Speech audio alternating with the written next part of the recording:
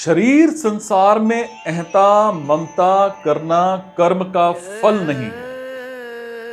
ये अहंता ममता तो मनुष्य की मानी हुई है, सो ये बदलती रहती है। जैसे मनुष्य कभी गृहस्थ होता है तो वो अपने को मानता है कि मैं गृहस्थ हूं, और वही जब साधु हो जाता है तब अपने को मानता है कि मैं साधु हूं, मतलब उसकी मैं गृहस्थ हूं। ये अहंता मिट जाती है। ऐसे ही ये वस्तु मेरी है, और इस प्रकार मनुष्य की उस वस्तु में ममता रहती है, और वही वस्तु जब दूसरे को दे देता है तब उस वस्तु में ममता नहीं रहती। इससे यह सिद्ध हुआ कि अहंता ममता मानी हुई है, वास्तविक नहीं है। और अगर वो वास्तविक होती तो कभी मिटती नहीं, और अगर मिटती है तो वो वास्तविक नहीं है।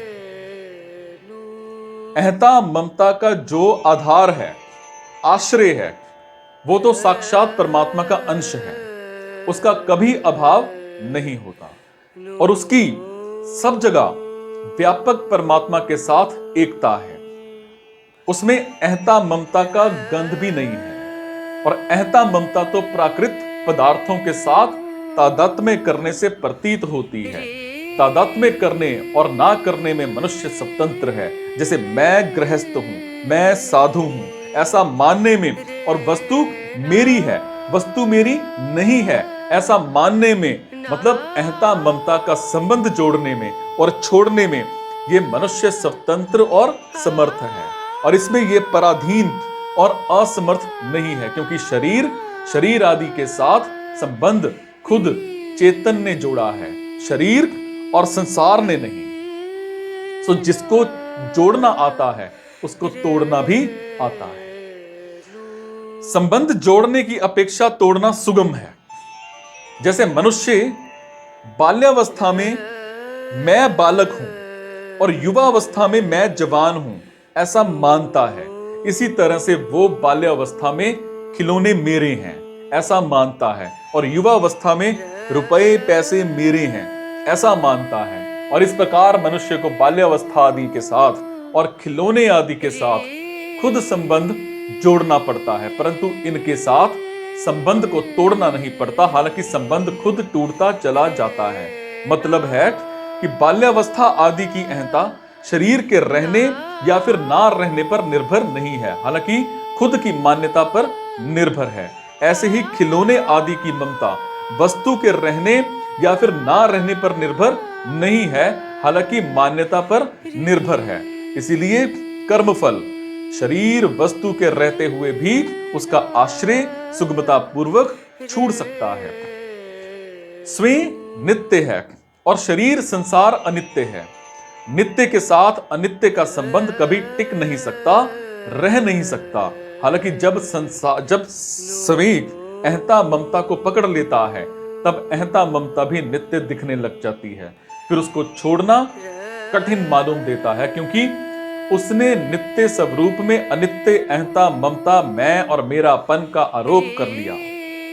वास्तव में देखा जाए तो शरीर के साथ अपना संबंध माना हुआ है नहीं, कारण कि शरीर प्राकश्य है और स्वयं स्वरूप प्रकाशक है। शरीर एक देशीय है और स्वरूप सर्वदेशीय, मतलब देशातीत है। शरीर जड़ है और स्वरूप चेतन है। शरीर ज्ञेय है और स्वरूप ज्ञाता है, और स्वरूप का वो ज्ञातापन भी शरीर की दृष्टि से ही है। अगर शरीर की दृष्टि हटा दी जाए तो स्वरूप ज्ञातत्व रहित चिन्ह मात्र है, मतलब सिर्फ चिति रूप से रहता है। उस चिति मात्र स्वरूप में मैं और मेरापन नहीं है, उसमें अहंता ममता का अत्यंत अभाव है। वो चिति मात्र ब्रह्म स्वरूप है, और ब्रह्म में मैं और मेरापन कभी हुआ नहीं है, नहीं और हो सकता भी नहीं। चींटी से लेकर ब्रह्म लोक तक संपूर्ण संसार कर्मफल है। संसार का स्वरूप है वस्तु, व्यक्ति और क्रिया, और वस्तु मात्र की प्राप्ति और अप्राप्ति होती है, और व्यक्ति मात्र का संयोग और वियोग होता है, और क्रिया मात्र का आरंभ और अंत होता है। जो वस्तु, व्यक्ति और क्रिया तीनों के आश्रय का त्याग करके प्राप्त कर्तव्य का पालन करता है, वही सच्चा सन्यासी और योगी हो जाता है। जो कर्म फल का त्याग ना करके सिर्फ अग्नि का त्याग करता है, वो सच्चा सन्यासी नहीं है। और जो सिर्फ क्रियाओं का त्याग करता है, वो सच्चा योगी नहीं है। कारण कि मनुष्य कर्म फल से बंधता है, अग्नि से या फिर क्रियाओं से नहीं। तीसरे अध्याय के तीसरे श्लोक में भगवान ने 2 निष्ठाएं बताई थी। सांख्य निष्ठा मतलब सांख्य योग, और योग निष्ठा मतलब कर्म योग। फिर 5वें अध्याय के चौथे 5वें श्लोक में भगवान ने सांख्य योग और कर्म योग दोनों को एक फल वाला बताया। अब यहां भगवान उसी भाव को लेकर कहते हैं कि जिसने कर्म फल का त्याग कर दिया है, वही सच्चा सांख्य योगी और कर्म योगी है। मतलब है कि चित्त वृत्तियों का निरोध करने मात्र से कोई योगी नहीं होता। योगी तभी होता है जब वो कर्म फल का त्याग कर देता है।